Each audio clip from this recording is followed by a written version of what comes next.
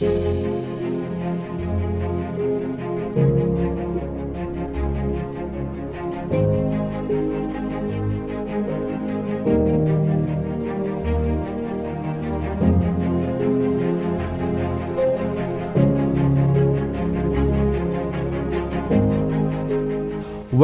We are celebrating Rev.Ambrose 40 years in ministry. This is part 5, 2010 to 2020. Pastor, very significant season. Tell us your story. Well, that decade seems to have run very fast. At least I have memories there. I can changia because I was part of because one of the good things is that we filled up all the 5 departments. Yes. With pastors. Including myself. Yes. And we thank God for you to have. Did I do a good job, You Pastor? did a great job. Member care. You I did cared a for great the job. members. You did. It was a tough job. House group. House group. That was another significant thing because I know for years Pastor Simon really pushed on issues of house group and house group. The late Mr. Ways. Yes, Lee Ways. Lee Ways. Yes.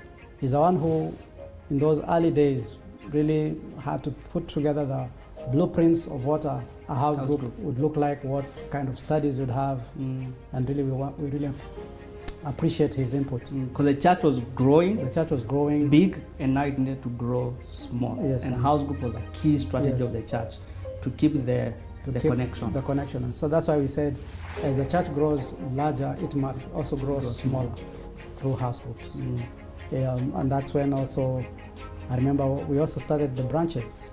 And because I was in the meeting that talked about unreached people groups. And I was approached in what we call finish the task. We were still in Ojijo, finish the task. And they said we have to adopt. And we sat down with Pastor Simon and we said we'll adopt two places, Endo and the Endo people and the Chamas. Turkana came a bit later. So the issue of house groups was key. And we thank God that suddenly, because it now created the basis of starting ministries beyond Paki, with our members just forming those nucleus. The house groups. The house groups. Now, Pastor Sami, how did you meet me? Now, this is how I met you. In 2002. I was a Form 4 candidate in Jammu. And you prayed for us very seriously that we pass our exams. And I did my exams. And then in 2010, called for an interview. Who do I meet in the interview? The interview panel. 7 people. Yes. Pastor Simon kwa corner, followed with Pastor Ambrose and other 5 guys. So that's how I connected with you. And 10 years later, here I am. Amen. It's been a joy serving under you in house group coordinator. So as a pastor, came here, became a coordinator. You are where at Hope Baptist Church. Yeah. I was a small group pastor. Yeah, and I was there when they were starting that church. Oh, you were there? I was the speaker who spoke at night when looking at people I could not see. But I preached in that basketball place? Yes. Where? Wow. So, wow. I was a pastor there for 1 year, came here to Paki. Okay. Became house group coordinator, and that's when we experienced that growth. That connection. We then became house group pastor. You ordained me 6 years ago. And but the decade was going very fast. It was really a time of other people doing ministry because we have now pastors, we have coordinators, we are dealing with mission stations, a lot of good things. Revival weeks. Revival weeks were very key now. And they were really becoming a blessing every year as we invited people from pastors and speakers from other places. One of the times that was very significant when the First Baptist Church Houston came. We had an amazing revival. The orchestra. The orchestra came. Yeah. But they really also supported us financially. And it was a great time. So the revival weeks were very significant during this decade. That decade of 2010 to 20. Because the number was huge, 10,000 plus. I think the last one in 2019 were almost 12,000. 15,000, yes.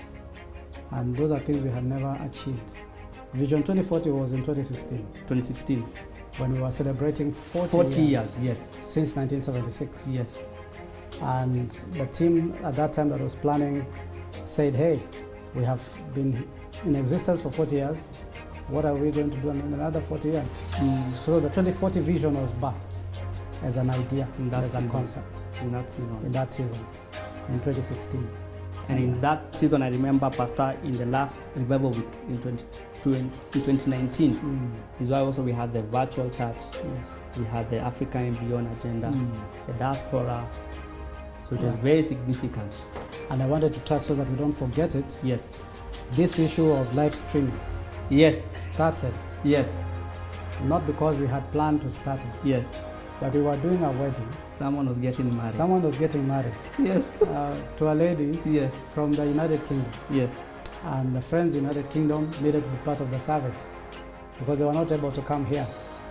And so we asked the young people who are there working, Andrew. Yes. And Peter. Yes. How can we make this thing happen? Thank God for the young people in this church. Yeah. And the innovative, creative ideas. And I just want to appeal that we must really appreciate and allow the young people to rise up with their gifts and talents. Yeah.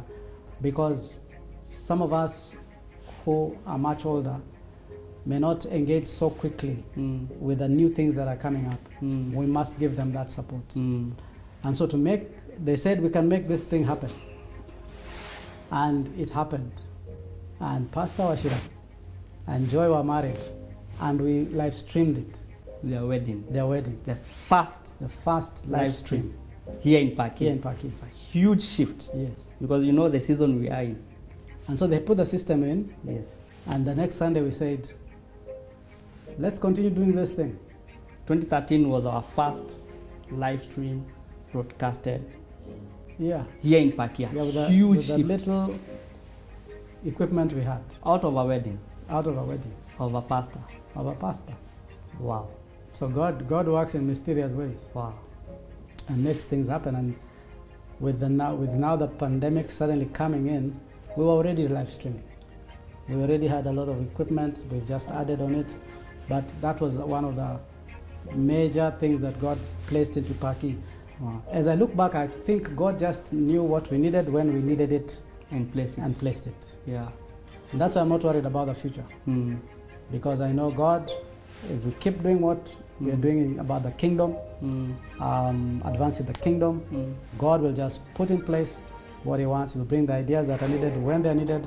He'll bring us the people and the expertise when they're needed. Yes. At the particular time. All we need to do is just be faithful, not to be so worried about the future, what are we going to do, but just to keep doing what God mandated us to do, the Great Commission. Preach the gospel, make disciples, advance the kingdom, teach, raise godly leaders, influence our communities. Nothing can stop us. And God's kingdom will move on. And I can say that was the birth of our diaspora online congregation. Because now every Sunday after that wedding, we were broadcasting our services, how it was. Pastor Simon told you to write a paper. Using my papers. On that concept of a virtual church.